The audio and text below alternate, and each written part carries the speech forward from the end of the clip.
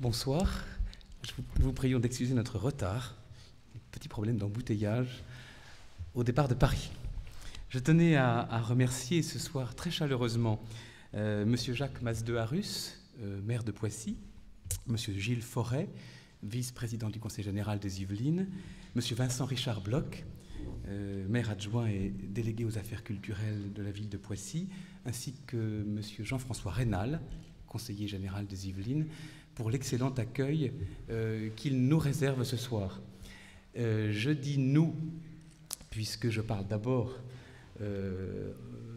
au nom de mon maître et ami, René Girard, ici présent, et au nom également de l'association que j'ai l'honneur de co-présider avec lui, Association pour les recherches mimétiques, qui préfigure une fondation de recherche scientifique et ambitionne de créer, dans les mois qui viennent, un observatoire du religieux et de la violence.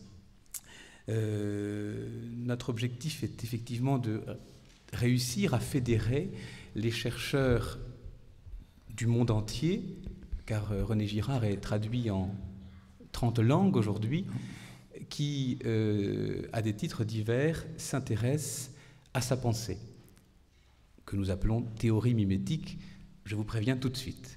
Qu'il soit anthropologue, économiste, théoricien des jeux, théologien, critique littéraire, urbaniste, la pensée de René Girard est à même de fédérer des gens qui aujourd'hui trouvent en elle des moyens extrêmement forts de penser les enjeux du moment, c'est-à-dire la rupture inquiétante des digues politiques et des phénomènes de violence imprévisibles et imprévus, et un religieux d'autant plus impensé qu'il fait retour, ou plutôt dont le retour est absolument impensé. Et la pensée de René Girard est à même aujourd'hui, nous le pensons tous, d'avoir ce rendez-vous avec l'histoire que l'Académie française a bien compris en lui décernant en décembre dernier, en lui offrant, pardonnez-moi, le fauteuil de Bossuet. C'est donc un petit peu dans cette perspective que nous sommes venus, puisque la ville de Poissy a bien voulu organiser cette rencontre, et nous avons répondu évidemment avec joie, étant donné que pour nous, Poissy, c'est d'abord et avant tout la ville d'un des premiers grands colloques interreligieux dans l'histoire de l'Europe, le colloque de Poissy de 1561.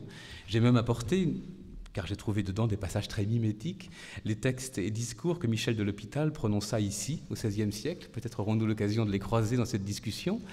Et puis, donc je l'espère, d'autres rendez-vous dans les mois qui vont venir, organisés par notre association.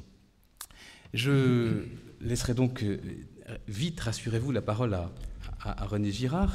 Nous sommes là pour évoquer, pour ceux qui ne le connaissent pas ou le connaissent mal, l'ampleur de son œuvre et également des problèmes contemporains. Vous pourrez, j'ai oublié de demander aux organisateurs de cette soirée jusqu'à quelle heure nous devons parler. Je vais en déduire comme un grand, étant donné que le retard que nous avons pris, nous avons au moins le droit de parler jusqu'à 8h30, si je me trompe, on m'interrompt. Ça va ? Donc nous parlons 1 heure et vous aurez tout loisir de poser après à René Girard les questions que vous souhaitez. Donc, comme fil directeur, on pourrait, pour vous présenter brièvement, prendre le très beau livre que vous aviez publié aux éditions des Clés de Brouwer il y a 2 ans, Les origines de la culture, livre qui a reçu le prix aujourd'hui et a eu un énorme écho dans la presse en France et à l'étranger, où vous vous entretenez pour la première fois sur votre enfance, sur votre parcours, votre carrière assez fulgurante de l'école des Chartes jusqu'aux États-Unis. Alors vous êtes natif d'Avignon. Je suis natif d'Avignon, en effet, oui. Vous n'êtes pas parisien déjà, ça commençait très mal. Ça commençait très mal, vous pensez? Oui. Enfin, si vous voulez, j'ai de très bons souvenirs, malgré tout, d'Avignon et du Midi. Mais ce que j'ai découvert à Paris, la première chose, au fond, c'est un phénomène très mimétique, et c'est l'existence l'existence de l'accent du Midi. Vous voyez ce que je veux dire, c'est une très mauvaise chose. Mais il a fallu que j'attende d'être aux États-Unis pour comprendre que les méridionaux, en France, font l'objet d'une discrimination. Oui, il devrait y avoir une société de défense des méridionaux. Défense de leur langage, de leur etc. Sous une forme nouvelle, n'est-ce pas? Parce que essayer de restaurer le provençal ancien n'a absolument aucun sens aujourd'hui. En fait, les accents sont en train de disparaître en France. Hein. Ça, lorsque je vais à Avignon, je m'en rends compte. Et dans mon enfance, il y avait la radio, et on remarquait que la radio, on constatait toujours que la radio n'avait aucune influence sur les accents. Vous voyez que les gens ne perdaient pas leur accent du Midi à cause de la radio. Mais aujourd'hui, c'est tout différent. Et pour des raisons inconnues, au fond, la télévision, elle, détruit les accents régionaux. En tout cas, l'Amérique n'a pas détruit le vôtre. Puisqu'il pointe toujours très vite, au bout de quelques minutes de discussion, on revoit des intonations qui ne sont pas du tout américaines. Oui, oui. Mais qui ne sont pas du tout parisiennes non plus. Donc ça commence mal, vous commencez en province, vous rejoignez Paris, alors que vous vouliez au départ préparer l'école normale supérieure à Lyon. Oui. Vous rejoignez Paris dans une école qui... Oui, mais je ne suis pas sûr. J'ai toujours l'impression qu'en France, les réserves de puissance de méditation, d'une certaine façon, sont en province. Ça me frappe toujours par le genre de lettres qu'on reçoit, si vous voulez, de la province, où il y a quand même beaucoup de gens qui ont encore du temps pour penser, pour réfléchir, et qui ont, si vous voulez, la vie intellectuelle traditionnelle en France, hein, qui consistait à acheter des livres dès qu'on avait 15 ans, et à les garder soigneusement, à les relire, etc. Tout ce côté provincial a quelque chose de méditatif qui manque à Paris, à mon avis, et qui est très important pour la formation des individus. Parce que moi, je suis très autodidacte, à dire vrai, parce que je me suis fait renvoyer du lycée, je n'ai jamais eu beaucoup de succès dans les écoles, et j'ai toujours l'impression d'avoir appris des choses un peu par la bande, ou de les avoir appris dans des endroits où il n'aurait pas dû être, où ce qui m'intéressait n'était pas connu ou n'était pas directement représenté. Alors, j'ai l'impression que c'était très fréquent chez les intellectuels français, où il me semble qu'il y a quelque chose qui subsiste là, que le genre de lecteur que j'attire souvent, c'est celui-là, vous voyez ce que je veux dire, qui s'invente lui-même à l'âge entre 18 et 25 ans. Oui.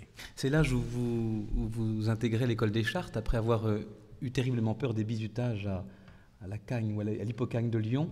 Vous n'aimiez pas déjà ces affaires de foule, non, etc. Moi, ma peur de l'école commence en 10e au lycée d'Avignon, où il y avait une maîtresse qui me terrifiait absolument. Et ma mère était très indulgente, trop indulgente, disait mon père, et m'a retiré du lycée pour me mettre dans ce que mon père appelait une école de gâtés. Et dans cette école de gâtés, quand même, on apprenait à lire, à compter, on suivait le programme, mais enfin, il est évident qu'on passait 3 heures par jour à l'école.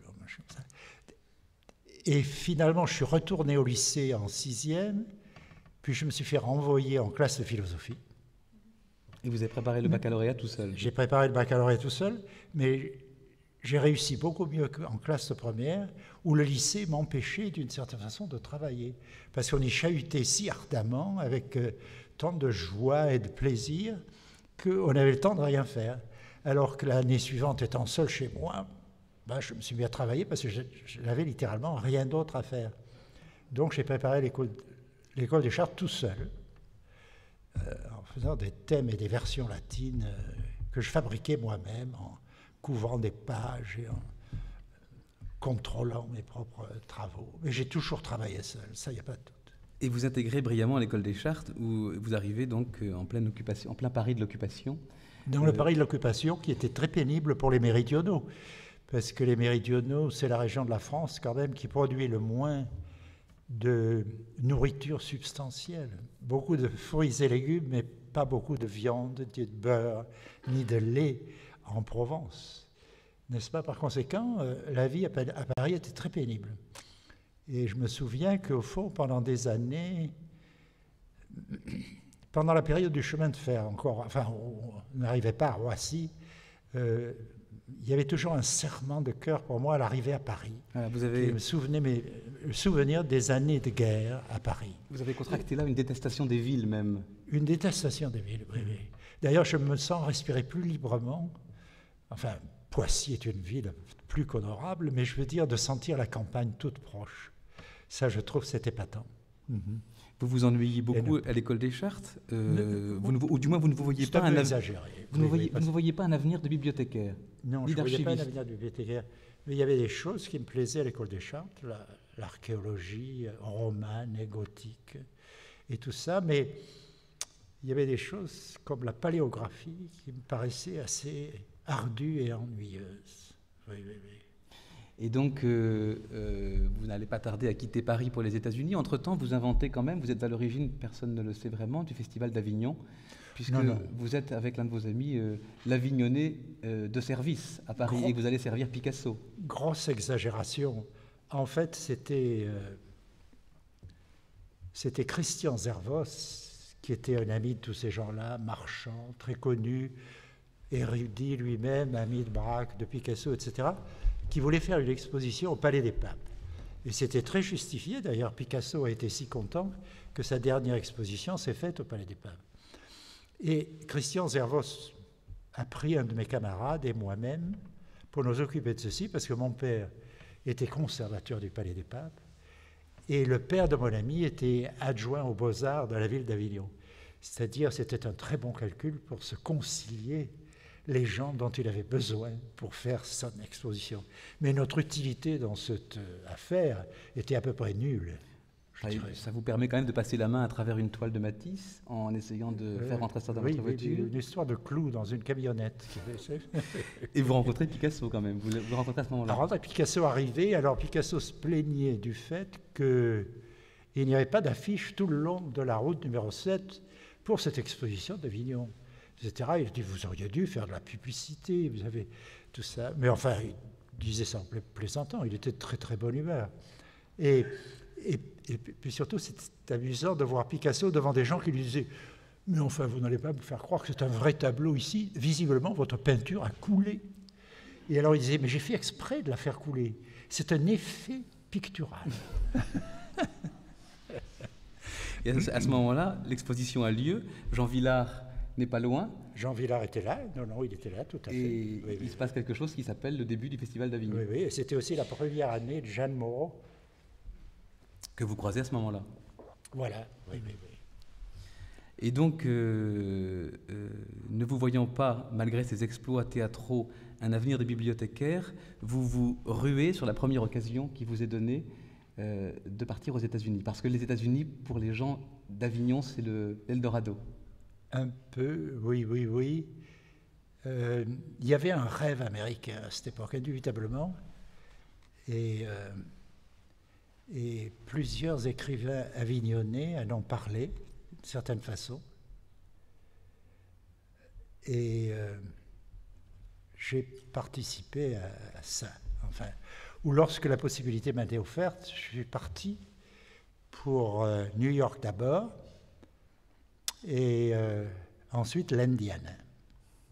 Et quand même, l'Indiana était assez impressionnant à l'époque, parce que c'était des chemins de fer à voie unique, dans d'immenses plants de maïs qui n'existaient pas à l'époque en France, ils sont arrivés depuis, n'est-ce pas? Et puis, malgré tout, même l'Indiana, qui est tout près de la côte Est, il fallait toute une nuit pour y arriver, etc. Alors, l'impression d'immensité gigantesque était... De campagne, pour le coup. Et très campagnard, oui, très campagnard. Mais en même temps, ces grandes universités américaines, pour moi, ça a été aussi quand même quelque chose de très important parce qu'elles étaient ouvertes complètement, non seulement aux étudiants, mais aux gens qui enseignaient, bien entendu. Et on pouvait se servir soi-même de livres sans limite, n'est-ce pas? Et alors là, je me suis mis à lire énormément. Donc j'ai fait mon éducation, même les poètes modernes, etc., que je n'avais pas lu, où j'avais des camarades en France qui m'intimidaient parfois. Au fond. J'aimais la solitude. Vous aviez rencontré René Char, vous le connaissiez, oui, c'est ça. Vous connaissiez le surréalisme tout de même. Le surréalisme, etc., mais justement, j'aimais pas du tout. C'était pas mon genre. N'est-ce pas? Moi, j'aimais beaucoup mieux Marcel Proust, Cervantes, les romanciers, etc. Et c'était très méprisé à l'époque. Parce qu'il fallait ces petits effets brusques, soudains, ces petits éclairs du surréalisme qui ne m'intéressaient pas du tout. Oui, il n'y avait pas assez de continuité. Moi, j'aime les longs raisonnements, calculés. Et puis ça, puis peut-être aussi, au fond, ce que ça m'a appris, cette époque-là, c'est le bon sens aussi. Parce que quand même, le XXe siècle en France a beaucoup manqué de bon sens. Vous voyez, beaucoup de manqué de bon sens. Et mon anthropologie est un peu une réaction de bon sens contre des tas de choses qu'on a dit qui étaient très à la mode, qui le restent souvent, parce que les gens s'en rendent à peine compte si on ne s'intéresse pas à ces sujets. Vous voyez, mais on aborde un peu l'anthropologie. Nous n'y sommes pas encore. Pas encore. Avant, respectons la chronologie, s'il vous plaît, soyons chartistes. Oui, oui. Avant de faire de l'anthropologie, de vous improviser anthropologue, oui. Vous êtes donc obligé de donner des cours de littérature oui, voilà. sur Cervantes, sur Stendhal, sur Proust. Non, pas sur Cervantes. Non, parce que j'étais professeur de français. Excusez-moi. Mais j'avais lu Don Quichotte. J'avais été très impressionné dans mon enfance par Don Quichotte, par une de ces éditions enfantines. Vous savez, c'était une époque, les années 30, où il y avait des illustrateurs admirables. De toute façon, on aime toujours les choses de son enfance.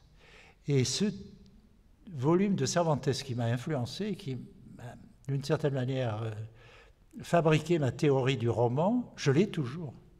Je l'ai toujours. Les illustrations de gens comme Benjamin Rabier, tout ça c'était absolument épatant. Et une poésie richissime, au fond. Et bien sûr, mais Cervantes, c'est grâce à Cervantes que j'ai découvert ce que j'appelle le désir mimétique, vous savez. Cervantes, il lit des romans, et il devient fou de romans. Comme aujourd'hui, on devient fou de cinéma et de télévision. C'est ce dont parlait Cervantes, au fond. On ne s'en rend pas compte aujourd'hui, mais il faut comprendre que cette fascination artistique emploie toujours les moyens les plus réalistes pour fasciner les gens. Et bien entendu, au XVIe siècle, c'était le roman de chevalerie en particulier. Alors le roman de chevalerie, il se nourrit tellement de romans de chevalerie qu'il veut devenir chevalier. Mais si vous regardez Madame Bovary, ça a l'air d'être très différent. Mais elle se nourrit de mauvais romans aussi. Il y a une dame un peu diabolique, démoniaque, qui amène dans son couvent, vous savez, son école.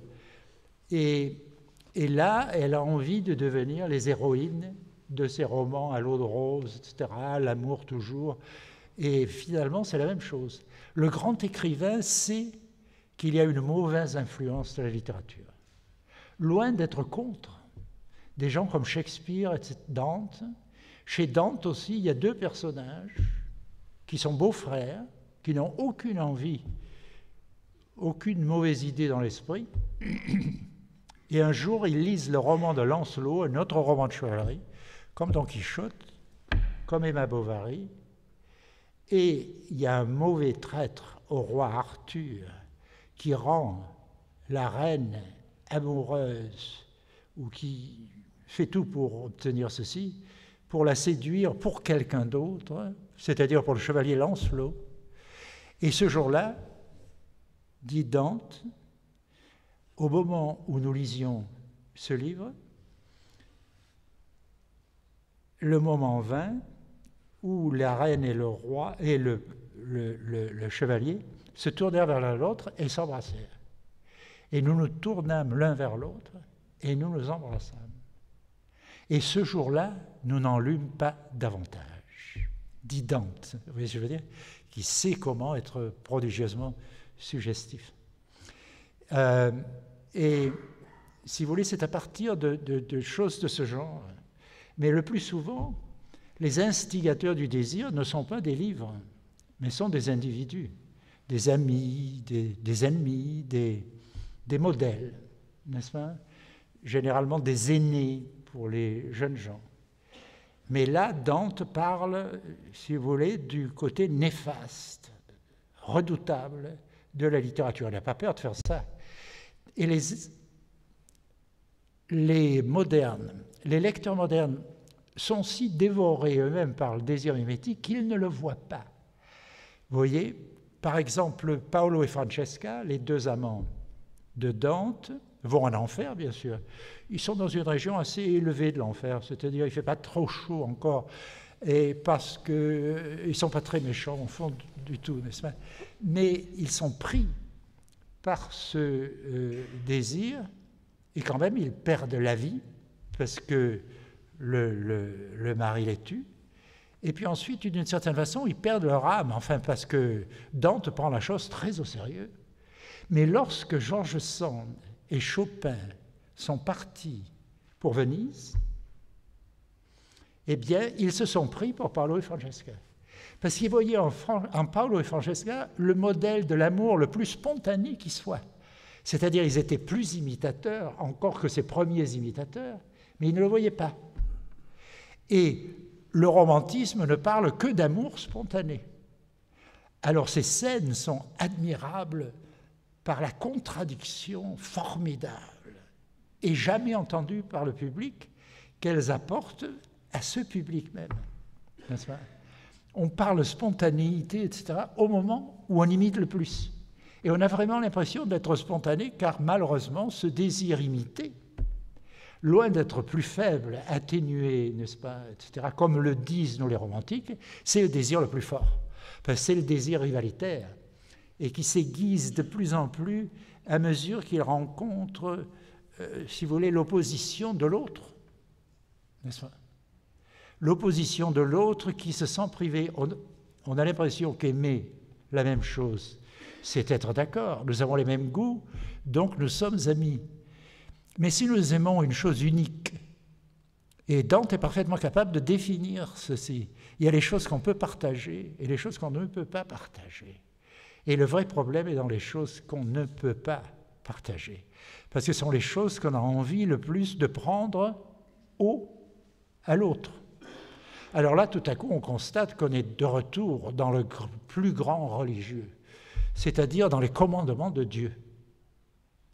Si vous regardez les commandements de Dieu, il n'y a pas de commandement négatif, sauf le 10e. Et le 10e dit « Tu ne convoiteras pas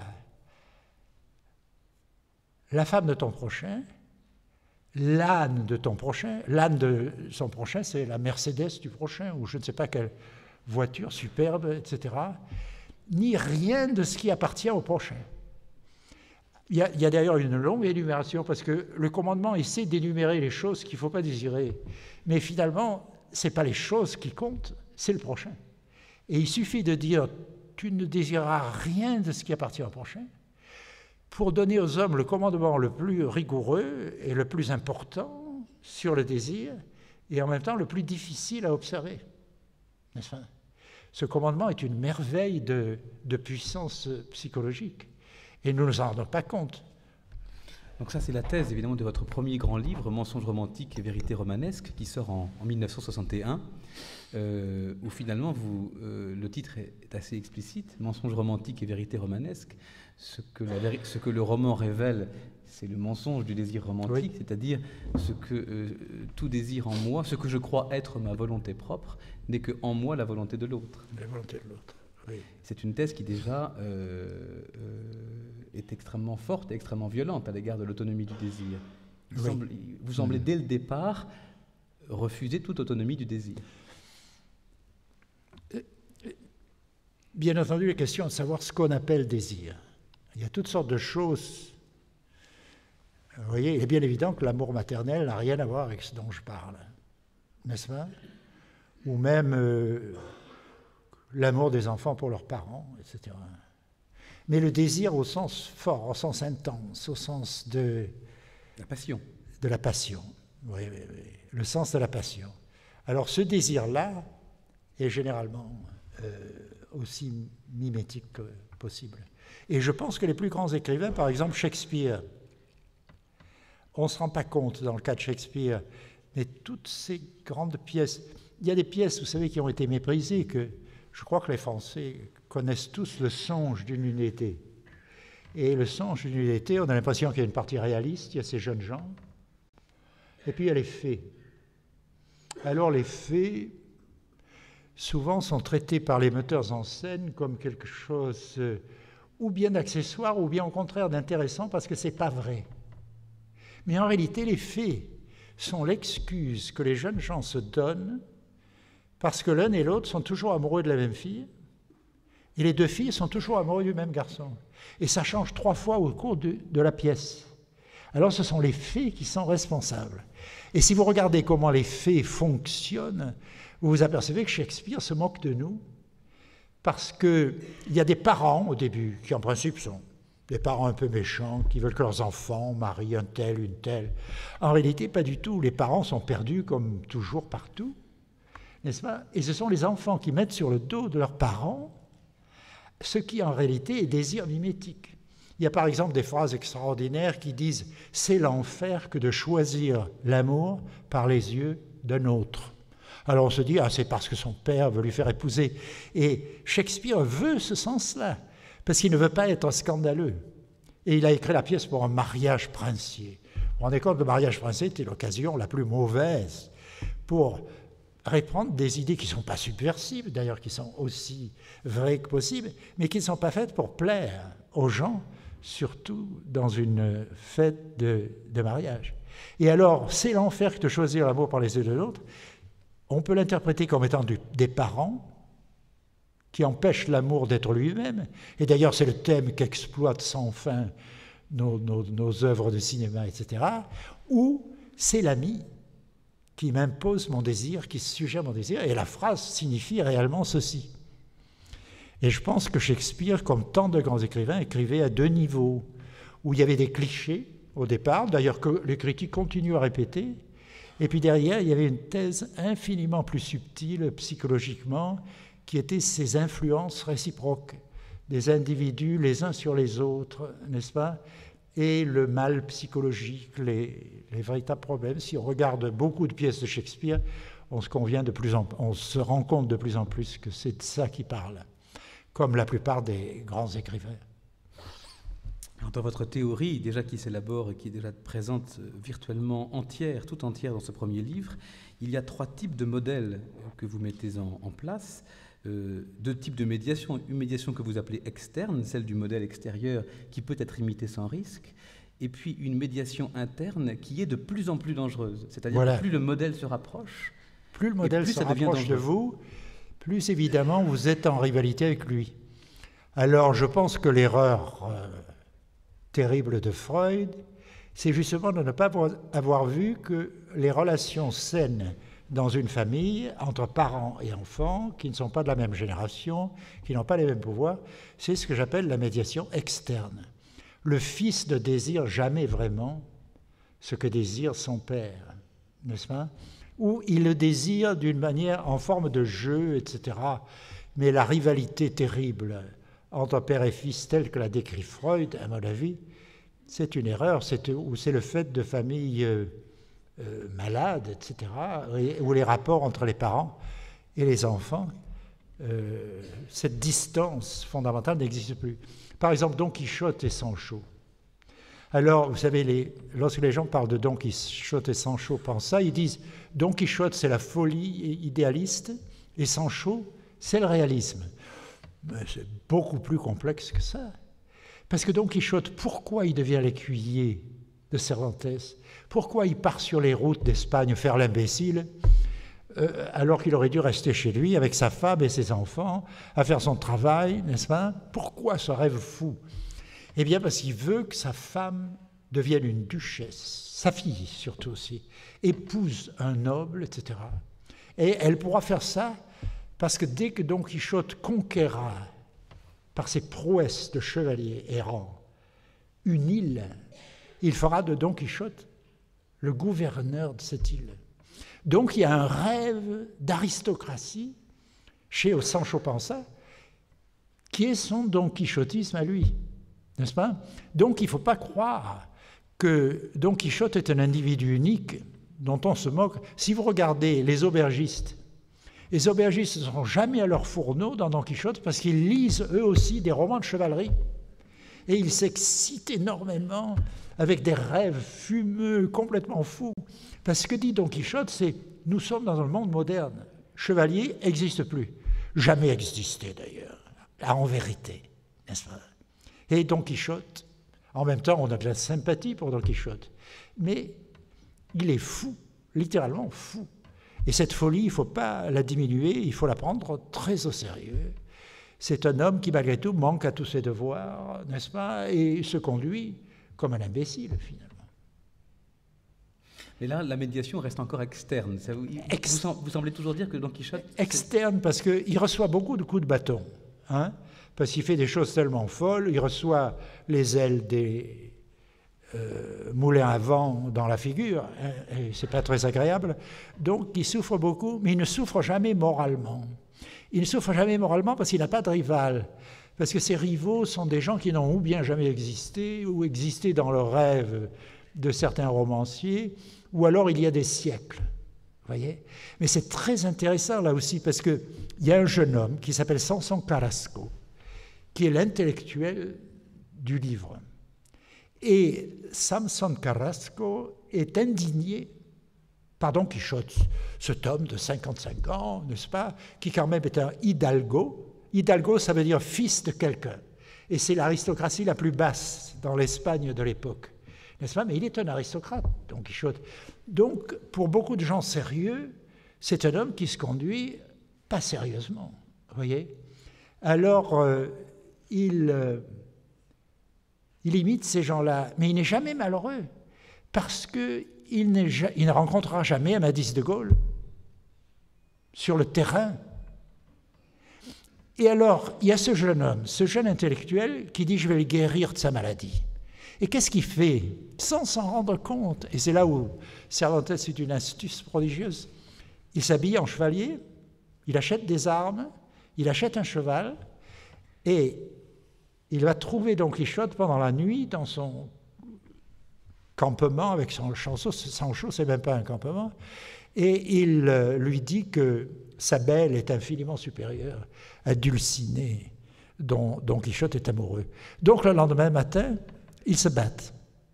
Et c'est la seule victoire de toute la carrière de Don Quichotte. Je ne sais pas, il y a un petit caillou qui se met sur le sabot du cheval de ce jeune homme, qui est bien plus jeune, bien plus fort que Don Quichotte, qui donc était absolument sûr de le gagner, de gagner la bataille.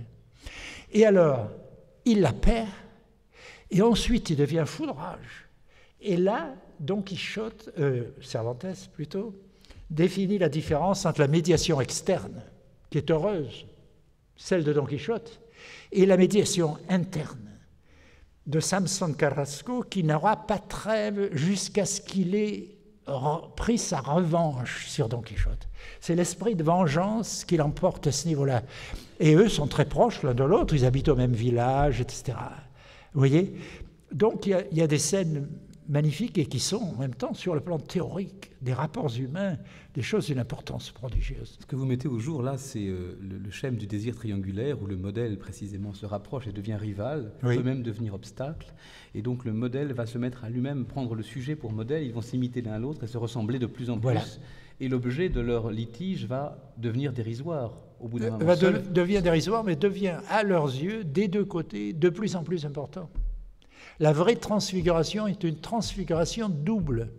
Vous savez, lorsque Don Quichotte devient amoureux du plat à barbe qu'un barbier portait, le prend pour un casque transformé magiquement et s'empare de ce casque, bientôt le barbier lui-même donne une importance à ce casque qu'il ne lui avait jamais donné, de voir le désir extravagant de Don Quichotte pour cet objet bien vulgaire et commun, n'est-ce pas?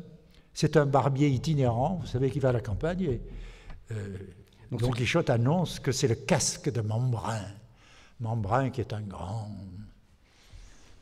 Donc ce qui produit la valeur de l'objet, c'est la rivalité. C'est la rivalité. C'est la rivalité. Et donc là, vous voyez apparaître un couple qui vous intrigue de plus en plus, parce que vous en voyez les aléas, les avatars dans la littérature occidentale, de Cervantes à Proust, en passant par Dostoïevski, Flaubert. Et ce couple de frères ennemis, se ressemblant de plus en plus dans l'hallucination qu'ils font de l'objet, va devenir pour vous une clé décisive pour rentrer dans la mythologie. Oui, oui, oui. Mais avant, par exemple, on peut montrer la diversité de ces choses. Par exemple, le snobisme proustien. On se dit, bon, ben, c'est cette vieille aristocratie du boulevard Saint-Germain, il a des raisons, etc. Mais en réalité, plus ces aristocrates perdent de leur pouvoir social réel, plus ils ferment leur salon rigidement aux arrivistes qui les menacent. Donc, plus le désir de quelqu'un comme Marcel, qui est aussi mimétique que possible, augmente. Et alors, bien sûr, lorsqu'il est invité pour la première fois chez les Guermantes, ce n'est que cela, vraiment, c'est cette expérience du héros de roman.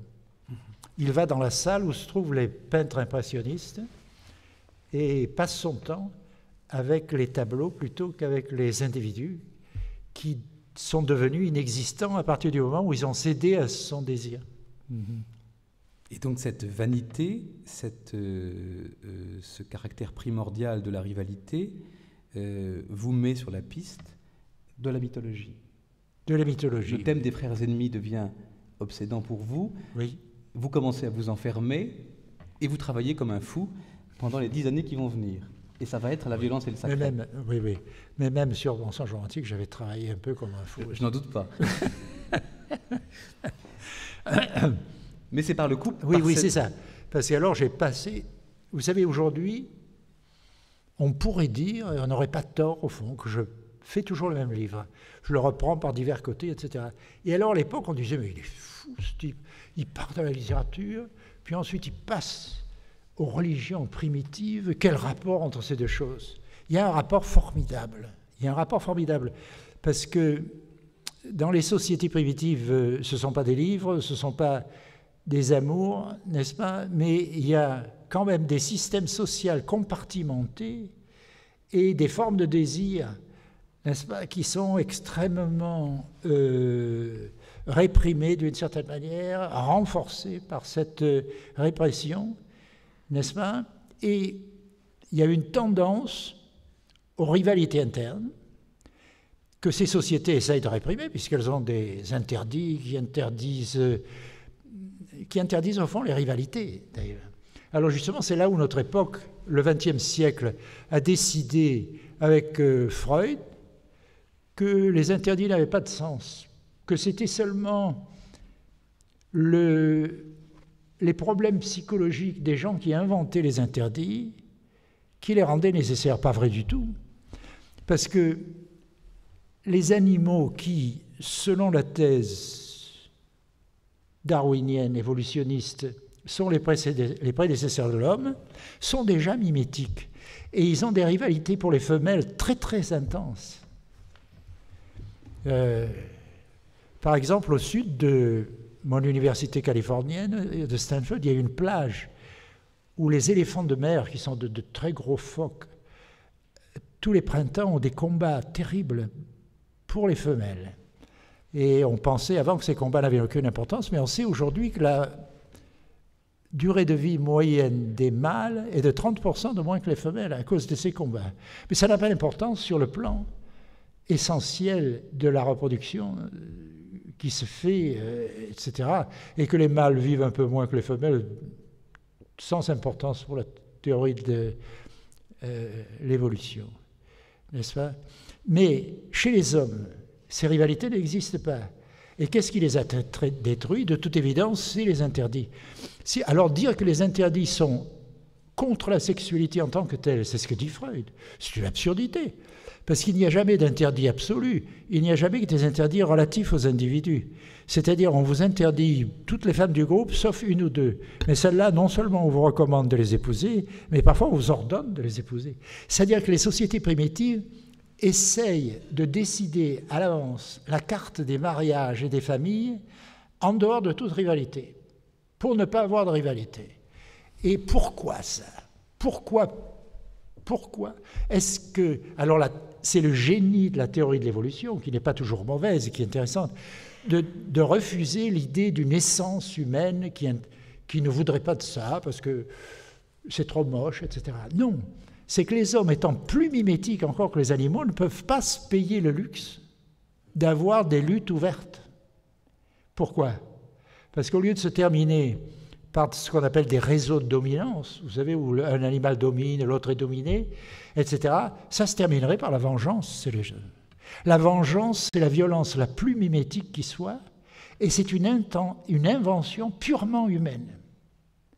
Donc, s'il n'y avait pas eu la culture humaine et les interdits, il y aurait sans doute jamais eu d'humanité, parce que les hommes se seraient détruits réciproquement. Tout au moins, c'est ce que la théorie de l'évolution nous dit. Même si vous ne la croyez pas, vous pouvez croire certains aspects de ceci, que des rivalités, des combats à l'intérieur d'une communauté humaine, en dehors du sport, de choses extrêmement réglées, ce n'est pas possible. Parce que ça risquerait de contaminer toute la société et de provoquer des catastrophes. Chez les animaux, non. Et à mon avis, c'est parce que les animaux sont moins mimétiques.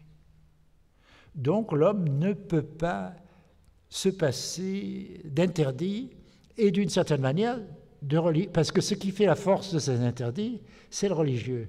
Et le religieux, qu'est-ce que c'est? C'est, dans ces sociétés archaïques, c'est le sacré, mais c'est la violence. Lorsque vous vous portez vers une femme, par exemple, si deux frères se portent vers la même femme, ils vont commencer à se battre, ils vont se faire très mal, et ils auront l'impression que le Dieu est mécontent. Et ils auront raison, d'une certaine façon. Donc, à partir de ce moment-là, il y aura un interdit absolu. Les deux frères ne pourront jamais se porter vers la même femme.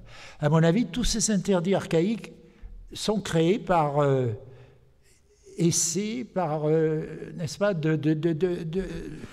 dans des phénomènes qui se produisent vraiment et qui sont réels et que le bon sens permet de comprendre très facilement, n'est-ce pas? C'est la peur, d'une certaine façon, qui joue un rôle essentiel dans la culture humaine. Mais peur qui a bien, qui remonte, enfin, qui fait appel à une mémoire plus profonde. Oui. Ces rites qui canalisent la violence ont une origine. Oui, Cette oui. origine, vous vous êtes appliqué à essayer de la recomposer. Voilà. Alors je pense, si vous voulez, que lorsqu'il y a ces crises mimétiques, parce que lorsque vous avez un individu qui désire quelque chose, ça va peut-être attirer un autre individu. Mais s'ils sont deux, ils attireront plus facilement le troisième. Et le quatrième encore plus, et le cinquième encore plus. C'est d'ailleurs ces phénomènes mimétiques qui jouent un grand rôle dans l'Évangile, parce que, par exemple, la femme adultère, que celui qui est sans péché leur jette la première pierre. Pourquoi la première pierre est importante? Parce qu'il n'y a pas de modèle. Il est facile de jeter la seconde pierre, encore plus la troisième, quatrième, etc. La première, c'est plus difficile. N'est-ce pas? Donc la loi juive dit que pour condamner à mort, il faut qu'il y ait des accusateurs, et ce sont eux qui jetteront la première pierre. Mais là, tout de suite, on voit l'importance prodigieuse du mimétisme dans la culture humaine, n'est-ce pas? Mais ce que vous découvrez à ce moment-là, par le biais de la théorie mimétique appliquée à l'anthropologie, c'est une explication quasi darwinienne sur ce qu'on peut appeler les processus d'hominisation. Qu'est-ce qui se passe dans ces sociétés d'hominidés, de super chimpanzés, sinon une surchauffe mimétique plus forte? Une surchauffe mimétique plus forte, donc des crises très graves. Mais lorsque la surchauffe mimétique s'effectue, il y a un moment où la direction du mimétisme se change. Alors pour préciser les choses, là c'est assez difficile, mais si vous voulez, lorsque les hommes se disputent des objets, ils ne s'entendront jamais. Ils s'imiteront toujours dans le désir de l'objet, donc ils se battront. Mais à partir du moment où il n'y a plus d'objets, où ils ont été détruits, ou tout ça, ou consommés, ou oubliés, ou déchirés, etc., il n'y a plus que des antagonistes. Et là, contre le même antagonisme, les hommes s'unissent très facilement, mimétiquement aussi, mais très facilement. D'ailleurs, la politique n'est malheureusement, le plus souvent, rien d'autre que ceci. Vous voyez ce que je veux dire? Alors que les objets nous séparent, hein, puis l'objet, c'est le désir de l'argent, par exemple, de toutes les choses désirables, mais le combat mimétique peut faire des traînées soudaines, si vous voulez, où toute une communauté est contaminée par l'hostilité mimétique à un individu particulier. Et c'est ce que nous appelons les phénomènes de bouc émissaire aujourd'hui. D'ailleurs, ça n'a pas le sens originel du rite. Bouc émissaire, ça veut dire une communauté, un groupe qui, mimétiquement, d'un seul coup, est contaminé par l'attitude des autres vis-à-vis d'un seul individu, et tout le monde déteste cet individu tout à coup. Tout le monde fait confiance à l'autre qui est hostile à cet individu. Et plus nous sommes nombreux à faire ça, plus le phénomène a de force. Et le phénomène se termine, à mon avis, par un lynchage dont on voit les traces dans une quantité de mythes extraordinaires. Alors là, je parle de pays très reculés. Mais lorsque ce phénomène se produit, il ramène la paix. Pourquoi? Puisque tout le monde a décidé de choisir le même adversaire. C'est un truc formidable. Donc, avec une seule victime, on peut se réconcilier. À mon avis, l'origine du religieux le plus archaïque est là. Et l'origine de l'homme aussi. Et l'origine de l'homme, dans la mesure où, à partir du moment où il se les fabrique, ces dieux, mais ce sont, si vous voulez, non seulement des modèles, mais des conseillers. Parce que lorsque cette violence reparaît, elle est toujours attribuée à cette victime, n'est-ce pas?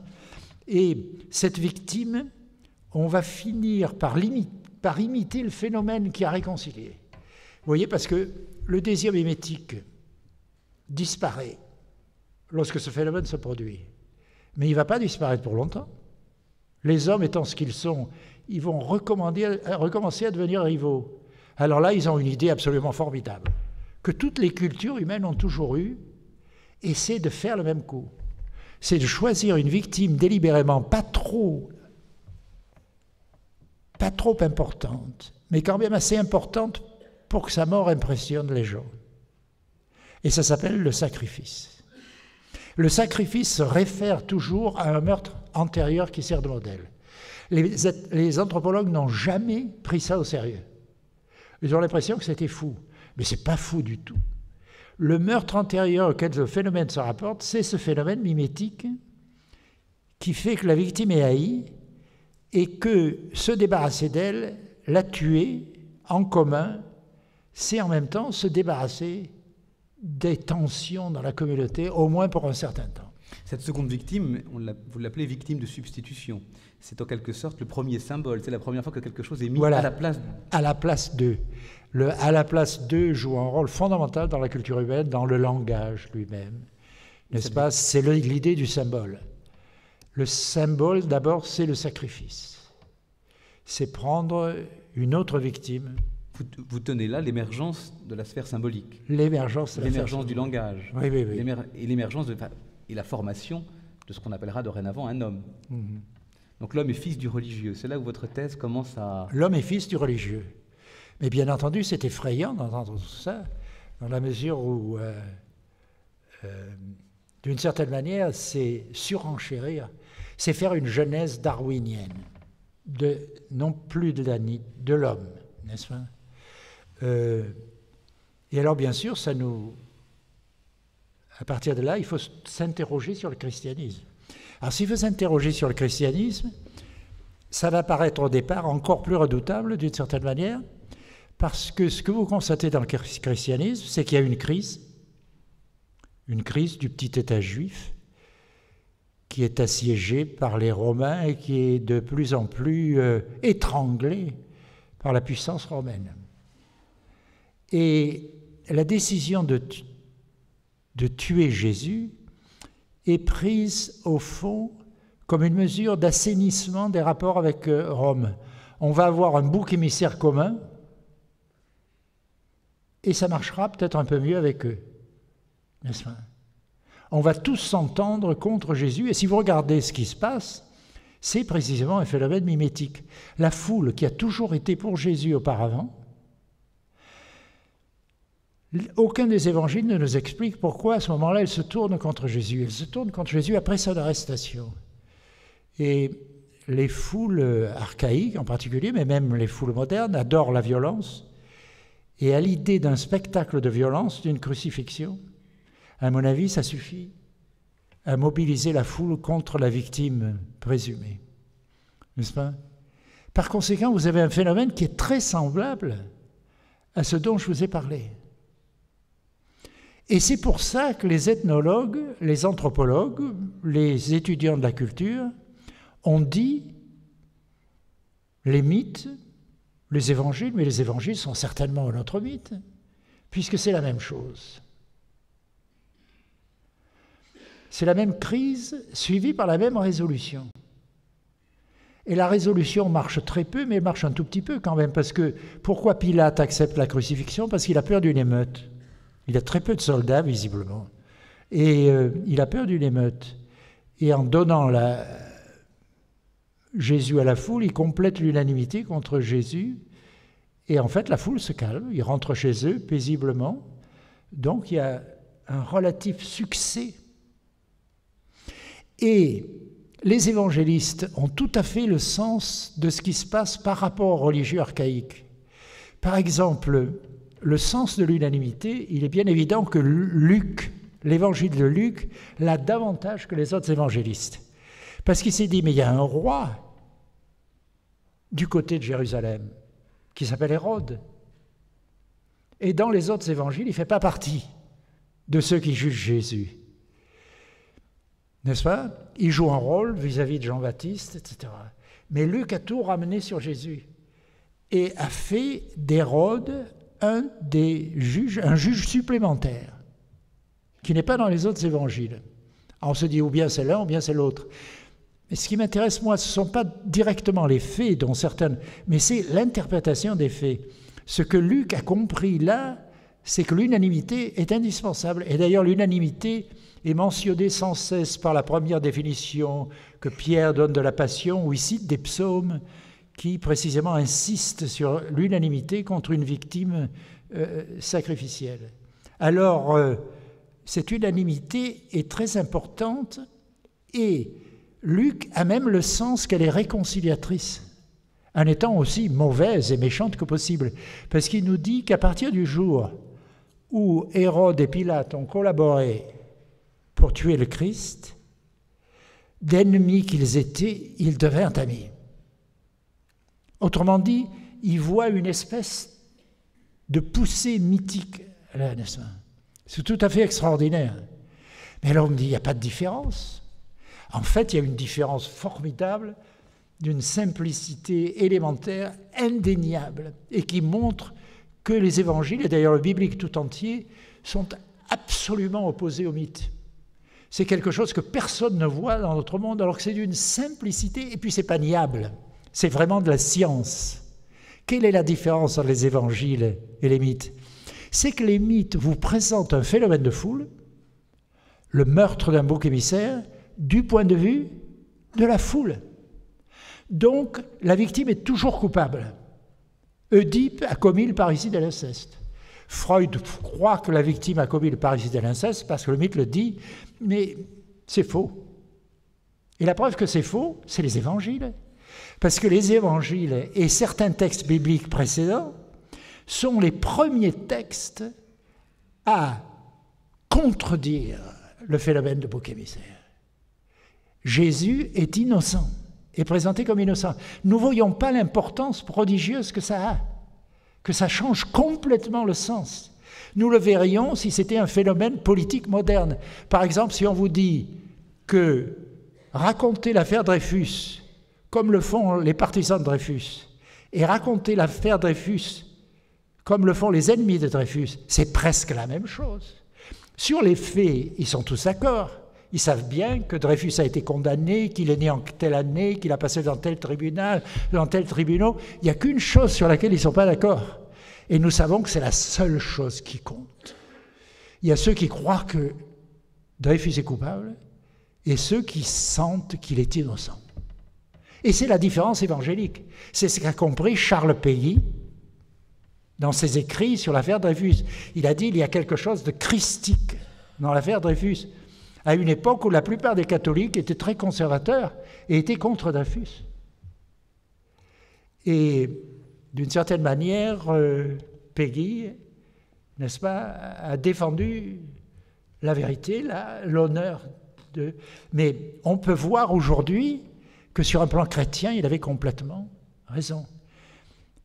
N'est-ce pas? Mais vous voyez, si vous pensez à l'affaire Dreyfus, tout de suite, vous comprenez la différence entre le mythe et le christianisme. Donc ce qui se passe dans ce que racontent les textes évangéliques, c'est l'histoire d'un mythe qui ne prend pas. Qui ne prend pas. C'est voilà. C'est les évangiles, c'est des mythes ratés. Mais des mythes ratés grâce au Christ. Parce que le plus étonnant dans les évangiles, c'est que ce n'est pas le texte évangélique lui-même qui nous dit, enfin c'est le texte évangélique qui le dit, mais qui le dit souvent par l'intermédiaire de Jésus et dans des phrases nous ne comprenons même pas le sens aujourd'hui. Par exemple, juste avant la Passion, Jésus dit à ses auditeurs, expliquez-moi cette parole du psaume, je crois que c'est 118 peut-être. La pierre rejetée par les bâtisseurs est devenue la pierre de fête. C'est une parole qui s'applique à la fois au mythe. La pierre rejetée par les bâtisseurs, c'est la victime dont je vous parlais. Elle devient la pierre de fête parce qu'elle devient le Dieu. Mais c'est une parole qui s'applique aussi au christianisme et qui a un sens à la fois très analogue et très différent. Parce que la pierre rejetée par les bâtisseurs, là, dit la vérité. N'est-ce pas? Et ensuite, elle dit la vérité sur tous les mythes. Alors, si vous regardez les textes bibliques avant, vous vous apercevez qu'il y a toutes sortes de textes où la victime serait coupable dans un mythe et où la victime n'est pas coupable. Si vous regardez l'histoire de Joseph, par exemple, l'histoire de Joseph, c'est un jeune homme qui est expulsé par ses frères. Mais ses frères sont 12 frères. C'est un peu comme une communauté. Hein. Il est un peu bouc émissaire. Puis on voulait le tuer, puis finalement on ne le tue pas parce qu'il y a un des frères qui a un petit peu pitié de lui, Judas, mais on l'envoie comme esclave en Égypte. Et puis en Égypte, qu'est-ce qui lui arrive? Une accusation sexuelle, comme dans le cas d'Œdipe. Madame Putiphar, qui dit « Joseph a essayé de me violer ». Et c'est la femme de son protecteur, etc., etc. Tout le monde le croit. Donc vous voyez le rapport avec le mythe. Mais les Juifs, au lieu de dire que Joseph est coupable, nous disent « ce sont les non-juifs qui croient ces bêtises mythiques, mais nous savons bien que Joseph est innocent. » N'est-ce pas? Joseph est innocent.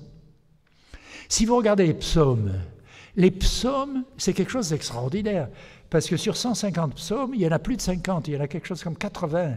Hein? Il y a des gens qui ont fait le compte maintenant, qui nous montrent une victime sur le point d'être lynchée, et mettant ses accusateurs en accusation, mettant ceux qui l'entourent et qui sont en train de le cerner et qui s'apprêtent à le détruire, demandant à Dieu d'attirer la foudre sur eux, n'est-ce pas? Ce sont les premiers textes où la victime des mythes a la parole. Dans l'histoire de l'homme. Avant, on ne doute jamais du lynchage collectif.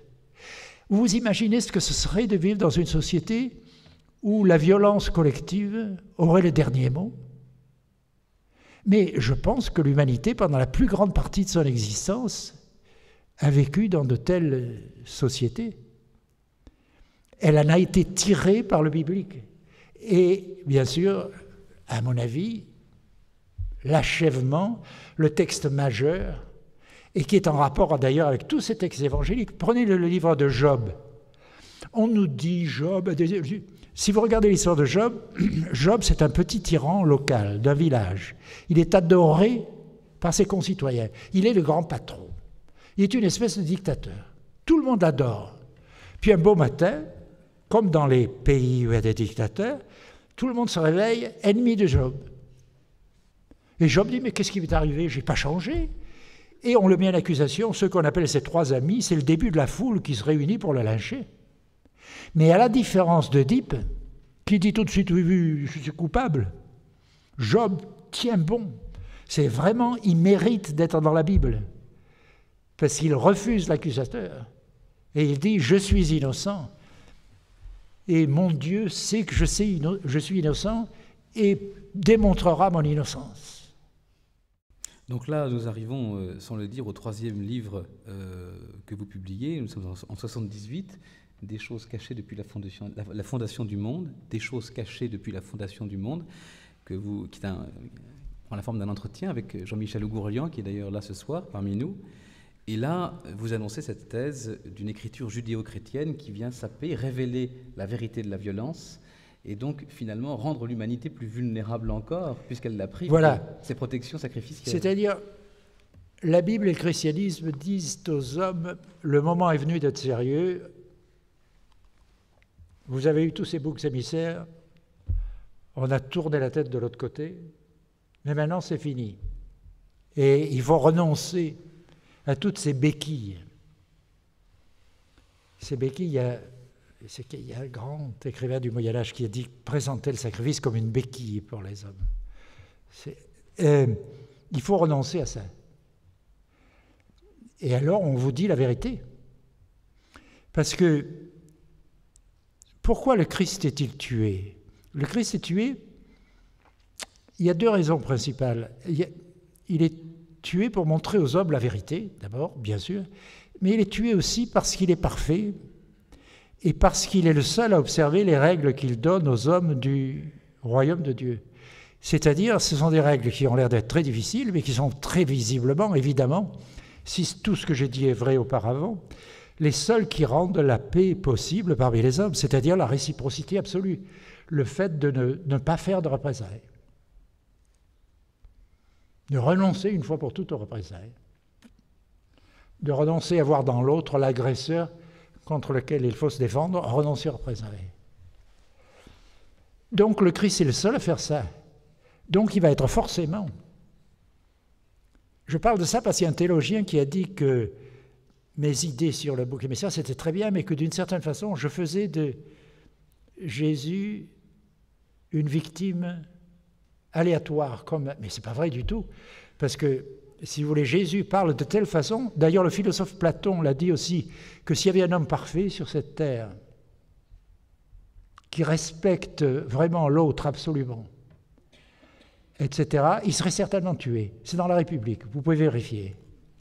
C'est d'ailleurs pourquoi les chrétiens pensaient que Platon était très très proche du christianisme. Et dans cette parole, il est très proche du christianisme. Simone Veil appelait ça une intuition pré-chrétienne. Voilà, oui. S'il est un juste parfait, il ne peut que s'incarner en un point de l'espace à un moment du temps. À un moment du temps, mais aussi être tué par les hommes. Apparaître sous le qui ne pourront pas tolérer les apparences de l'injuste. Sous les apparences injustes. Oui. Donc ce que vous révélez là, c'est une sape radicale que la révélation judéo-chrétienne opère dans tous les ordres humains. La révolution judéo-chrétienne nous libère des boucs émissaires, etc. Donc, elle est certainement liée à cet extraordinaire démarrage technologique qui est celui du monde moderne. Et ce démarrage technologique, bien sûr, fait partie des dangers essentiels que nous courons. Nous commençons à comprendre que le seul véritable danger pour l'homme vient de l'homme lui-même. Le destin se niche désormais dans chaque liberté humaine. Dans chaque liberté humaine. Hein. Nous avons cessé d'avoir peur des animaux que nous représentions il y a encore 50 ans comme plus gros que nature, parce que nous voulions croire encore un peu que c'était la nature et les animaux qui étaient dangereux. Mais maintenant, c'est vous qui faites peur quand vous dites cela. Ouais. Et vous n'hésitez pas, alors qu'on a tendance, même au sein de l'Église chrétienne, à voiler un peu cette dimension apocalyptique, vous mettez les pieds dans le plat. Vous êtes délibérément apocalyptique. Ce que je dis, s'il y a ces textes apocalyptiques dans les évangiles dont on s'est tant moqué, mais ce que je veux dire, le christianisme a bien le droit de dire « et maintenant ?» Qu'est-ce que vous pensez des dangers qui pèsent sur la terre? Est-ce qu'ils sont aussi invraisemblables que vous l'avez cru pendant 2000 ans? Est-ce que Dieu est vraiment responsable parce qu'il vous a débarrassé des boucs émissaires? Est-ce qu'il aurait dû vous garder toujours dans une espèce de semi-animalité, semi-humanité? N'est-ce pas? Ou est-ce que vous êtes prêt à confronter la vérité?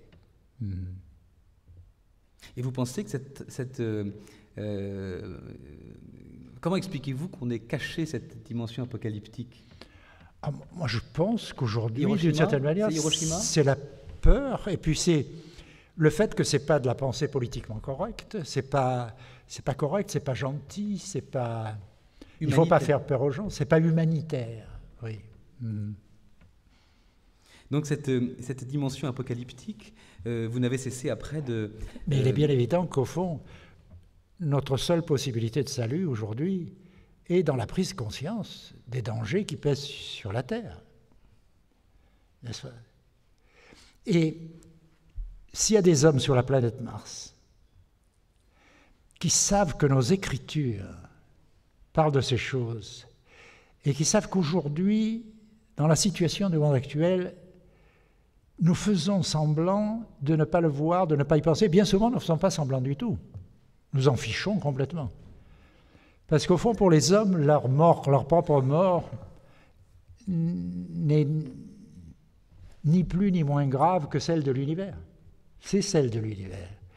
Donc, d'une certaine manière, il y a une indifférence. Tant que la société de consommation marchera, il est bien évident que la majorité des hommes, très vraisemblablement, continuera à vivre de ces produits de la société de consommation, c'est-à-dire de futilité, sans penser aux véritables problèmes qui se posent à l'homme.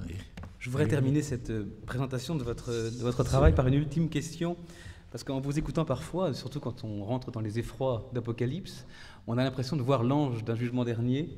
C'est votre côté chartiste peut-être, amateur de gothique, avec une foule de damnés, une foule d'élus. On parlait de Dante tout à l'heure, on n'est pas loin. Le pèsement des âmes. Pèsement des âmes. Vous êtes un peseur d'âmes.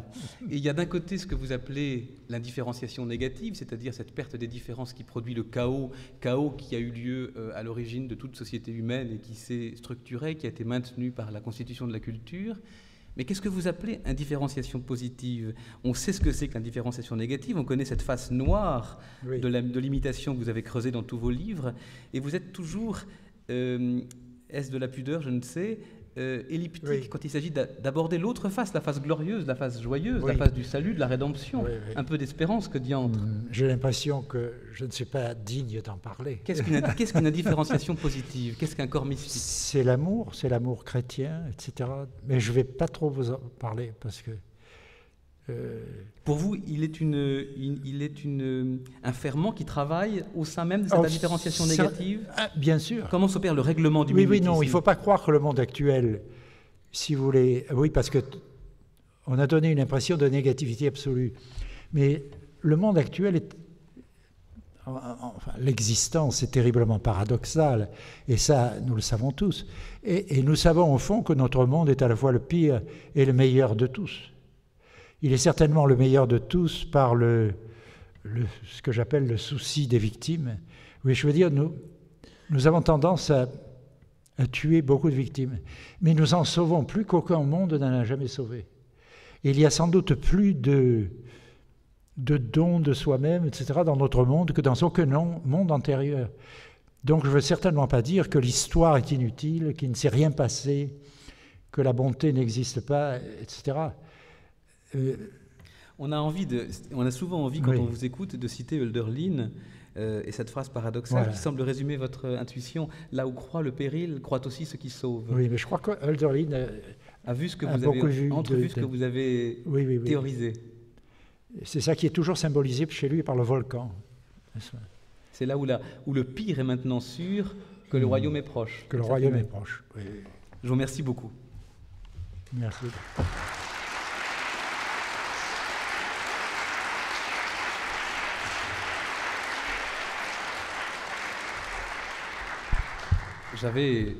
J'aurais souhaité qu'on parle là de Michel de l'Hôpital ici, ça sera pour une prochaine fois. Si d'aventure des gens ont dans la salle des questions à vous poser, ils sont les bienvenus. Il ou elle, pardonnez-moi. Elle est fondamentalement sacrificielle et que le sacrifice est à la base de la construction de la culture. J'aurais voulu vous poser la question qui était un peu affichée sur le prospectus de la soirée, qui est celle de l'avenir de la culture. Donc comme vous le dites si bien, notre monde est un monde qui, plus qu'aucun autre auparavant, protège les minorités, essaye de réduire le sacrificiel, et c'est un peu l'esprit moderne, enfin, en tout cas c'est mon impression. Mais donc quel est l'avenir de la culture au sens où cette dimension sacrificielle disparaît de plus en plus dans nos civilisations? Quelle valeur positive notre civilisation va-t-elle encore pouvoir engendrer? Oui. En fait, lorsque je dis culture ici, je dis aussi notre. Vous voulez dire le fait qu'il n'y ait qu'une culture aujourd'hui que nous appelons la civilisation actuelle. Oui, oui. Oui. Mais je pense qu'elle n'est pas. Que ce que j'ai dit s'applique à elle. Alors il est bien évident que vous avez fait allusion au sacrificiel. Le sacrificiel est une chose sur le plan culturel d'une fécondité absolument incroyable. Par exemple, si j'avais le temps, j'essaierais de vous montrer que la genèse du pouvoir politique, le roi sacré, c'est fondamentalement une victime sacrificielle qui invente le pouvoir politique, qui est très intelligente, et qu'on finira par sacrifier. Le prestige dont elle jouit est sacrificiel. Le pouvoir est sacrificiel. Le pouvoir ne peut pas se passer, la justice reste sacrificielle, dans ceci qu'elle ne peut pas se passer de pénalités, de choses comme ça. Donc notre monde, il serait faux de dire qu'il est vraiment privé de sacrifice. Puis il faudrait faire des analyses infinies. Si vous voulez, la facilité que se donne la théorie mimétique, c'est au fond de parler des principes, mais de jamais vraiment parler ou faire des analyses pour le monde moderne. Elles sont d'une complexité infinie, car on ne sait jamais dans quelle mesure le sacrificiel reste présent, le christianisme est présent, et les phénomènes souvent sont à la fois paradoxaux, compliqués, difficiles, très difficiles à interpréter. Par conséquent, c'est une faiblesse, bien sûr, de la théorie mimétique. Mais le fond de la question, comment vous le définissez? Parce que je n'ai pas tout compris. C'est pas vraiment, oui, même si on prend la question d'un point de vue mécanique, je veux dire génétique, si les origines de la culture sont sacrificielles, et que même si aujourd'hui il reste du sacrificiel à tous les niveaux de notre civilisation, dans nos cultures, si le mouvement de la modernité, de notre culture, c'est d'aller de moins en moins vers le sacrificiel, de protéger les exclus, et donc de ne plus fédérer les communautés et créer des communautés autour des sacrifiés, donc si le mouvement général de notre culture à nous, finalement, c'est cette anticulture, dans le sens où la culture, c'est le sacrifice, quel est son avenir? Autour de quoi est-ce qu'on va pouvoir fédérer les... Eh bien, écoutez, c'est l'homme qui va décider. C'est l'homme qui va décider s'il va se passer de sacrifice de plus en plus. Il est bien évident que d'une certaine manière, il y a toujours des victimes sacrificielles, et c'est facile à montrer, et en même temps, il y en a de moins en moins. Et les sacrifices sont adoucis. Et ce mouvement, d'ailleurs, ne commence pas au biblique ou au christianisme. Le sacrifice fonctionne. C'est-à-dire que si on regarde l'historicité du sacrifice, on s'aperçoit que les sacrifices ont tendance à passer du sacrifice humain au sacrifice animal, puis peut-être au sacrifice des objets, d'une certaine façon. Il y a une thèse de Michel Serres qui dit que même brûler des voitures, c'est peut-être un sacrifice d'objet qui vaut mieux qu'un sacrifice humain. Mais enfin, ça peut être... Il me semble que votre question pose aussi, implique aussi la nécessité où nous sommes aujourd'hui d'inventer de nouvelles formes de médiation. D'inventer des nouvelles formes qui permettent la redifférenciation dans des états d'indifférenciation, dans les crises qu'on traverse. Oui. Et si on n'a plus le sacrifice pour redifférencier, qu'est-ce qu'on fait? Voilà. Je crois qu'il ne faut pas trop compter sur la différenciation. Comment reproduire de la différence? Oui. Aujourd'hui où le religieux n'a plus cette fonction. De toute évidence, c'est la culture. Je veux dire, nous avons une culture d'une richesse extraordinaire, n'est-ce pas, puisqu'elle s'est accumulée au cours des... Et les gens ne peuvent pas être spécialistes de tout.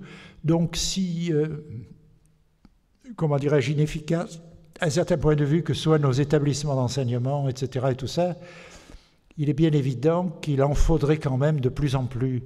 Puis il faudrait recommencer à lire les grands textes. Vous voyez, alors là, il y a quelque chose de mauvais qui s'est passé au XXe siècle, c'est qu'on a souvent préféré...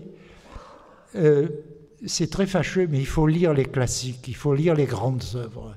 Il n'y a pas beaucoup de grandes œuvres. Et quand même, les jeunes sont inspirés par les grandes œuvres. Alors ça, c'est, à mon avis, très important. Très important parce que c'est quelque chose qui peut les attirer à la fois, n'est-ce pas, et enseigner des choses profondes que la télé et la radio ne font pas, n'est-ce pas? Mais évidemment, nous n'avons aucune réponse à cette question. Vous voyez, Si vous avez toujours la même, retour au texte. retour au texte quand même, oui, oui, bien sûr. Oui, oui, oui, oui. Monsieur.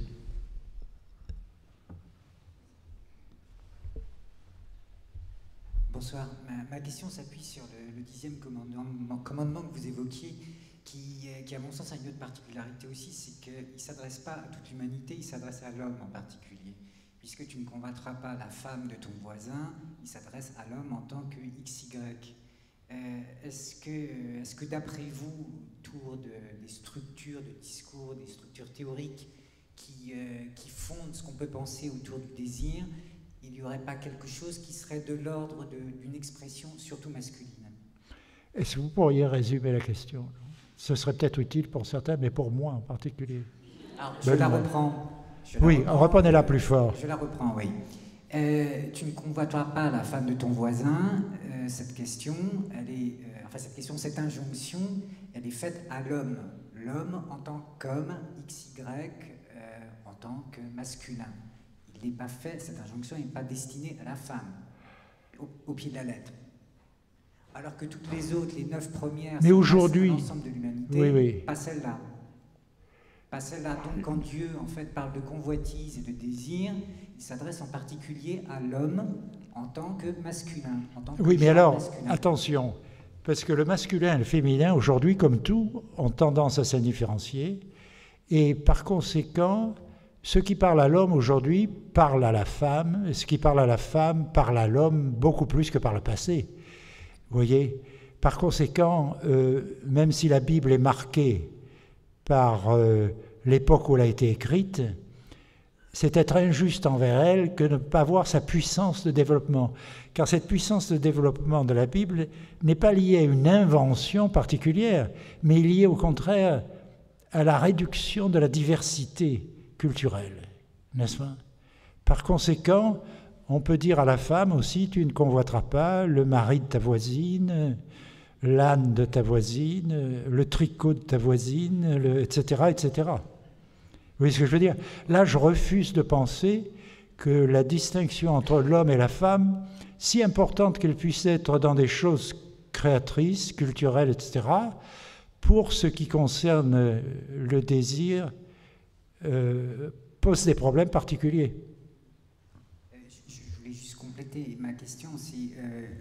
Donc, d'après vous, en fait, il n'y a pas de dominance masculine dans le discours qui traite du mimétisme ou qui traite du désir. C'est-à-dire que c'est quelque chose qui est indifférent à l'homme et à la femme, et tout ce qui peut être théorisé, y compris par vous, s'applique de façon équivalente à l'homme et à la femme. Vous avez compris. Tout ce qui est théorisé par vous s'applique de manière équivalente à l'homme et à la femme. Ah, alors là, vous me mettez au pied du mur. Je ne dis pas,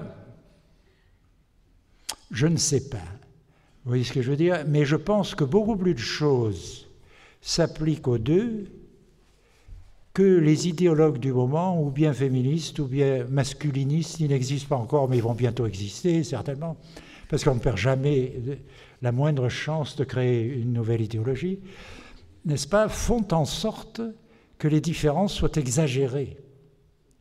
Le problème, on dit encore, avec l'étranger, nous serions d'accord. Nous avons fait 1000 fois l'expérience que ce n'était pas vrai, que le combat n'a rien à voir, au fond, avec les différences, mais qu'il a beaucoup à voir avec l'indifférenciation, n'est-ce pas? Les différences sont faciles à vivre. En particulier, prenez l'Europe, par exemple. Lorsque les différences étaient telles qu'il n'y avait pas de rapport véritable, diplomatique même, entre les différents pays européens, c'était pas de guerre possible.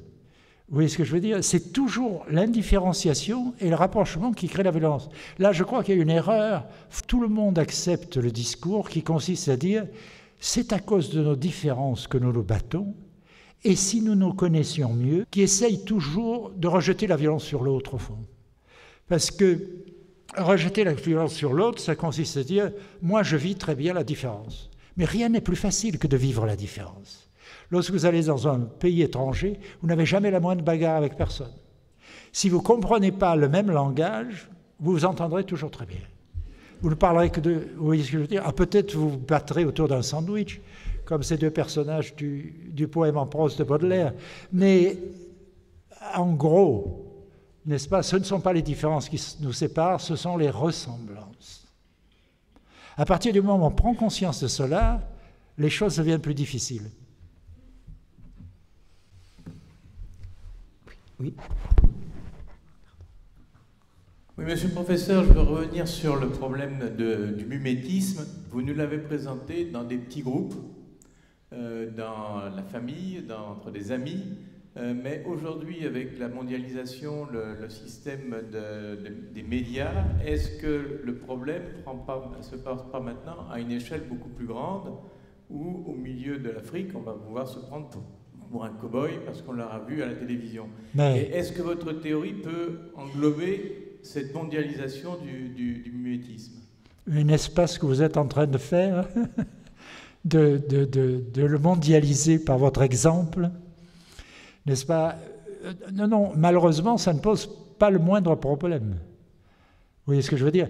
Il est bien évident que des instruments comme la radio, il n'y aurait peut-être pas de terrorisme s'il n'y avait ni radio ni télévision, parce qu'on ne saurait pas comment la partie riche du monde vit dans les pays qui ne sont pas riches. Alors je ne dis pas que ce serait bien, n'est-ce pas? Mais lorsqu'on est dans un univers extrêmement pauvre, on a tendance non seulement à envier les pays riches, mais à s'exagérer prodigieusement, si vous voulez, le bonheur que cette richesse apporte. Parce qu'on ne voit pas l'accoutumance, l'habitude, etc., l'insignifiance de certaines choses. N'est-ce pas? Par conséquent, cette mondialisation a déjà eu lieu depuis longtemps. À mon avis, aujourd'hui, par exemple, lorsqu'on dit les gens ne se comprennent pas, les Américains ne nous comprennent pas, nous ne comprenons pas les Américains, nous sommes trop différents. C'est pas vrai. C'est parce que justement, les Américains voudraient se croire uniques, et nous nous croyons certainement uniques, que nous ne comprenons pas que les réactions de l'autre sont exactement les mêmes que les nôtres. Lorsque une petite morsure de jalousie ou tout ça, elle est là chez l'autre. C'est la même chose, n'est-ce pas? Et ce qui rend les relations difficiles, c'est toujours ces phénomènes de réciprocité, vous voyez, dont on ne tient pas compte. Ce qu'il y a d'extraordinaire chez les hommes, c'est la réciprocité. Elle est déjà là dans le regard. Nous nous regardons. Les animaux ne se regardent pas vraiment. Des neurologues italiens ont découvert récemment ce qu'on appelle maintenant des neurones miroirs, qui prouvent que votre théorie est de plus en plus vraie, malheureusement. Espérons que... Oui. Mais les neurones miroirs, si vous voulez, s'imitent les unes les autres au sein du cerveau. Et sont très liés, par exemple, au fait... par exemple, on montre que dans les phénomènes sexuels, si vous voulez, la vision peut jouer exactement le même rôle que l'action. Nous le savions, mais maintenant nous savons comment ça se passe au niveau du cerveau. Ce sont des neurones qui s'imitent, et dont certaines et entre deux individus, sont liées à la vision pure, et d'autres à l'action, mais qui s'imitent les unes les autres. Et entre plusieurs individus. Ce qu'on sait que l'observateur imite de celui qui agit devant lui, ce n'est plus maintenant l'action, c'est l'intention même de l'action. L'intention.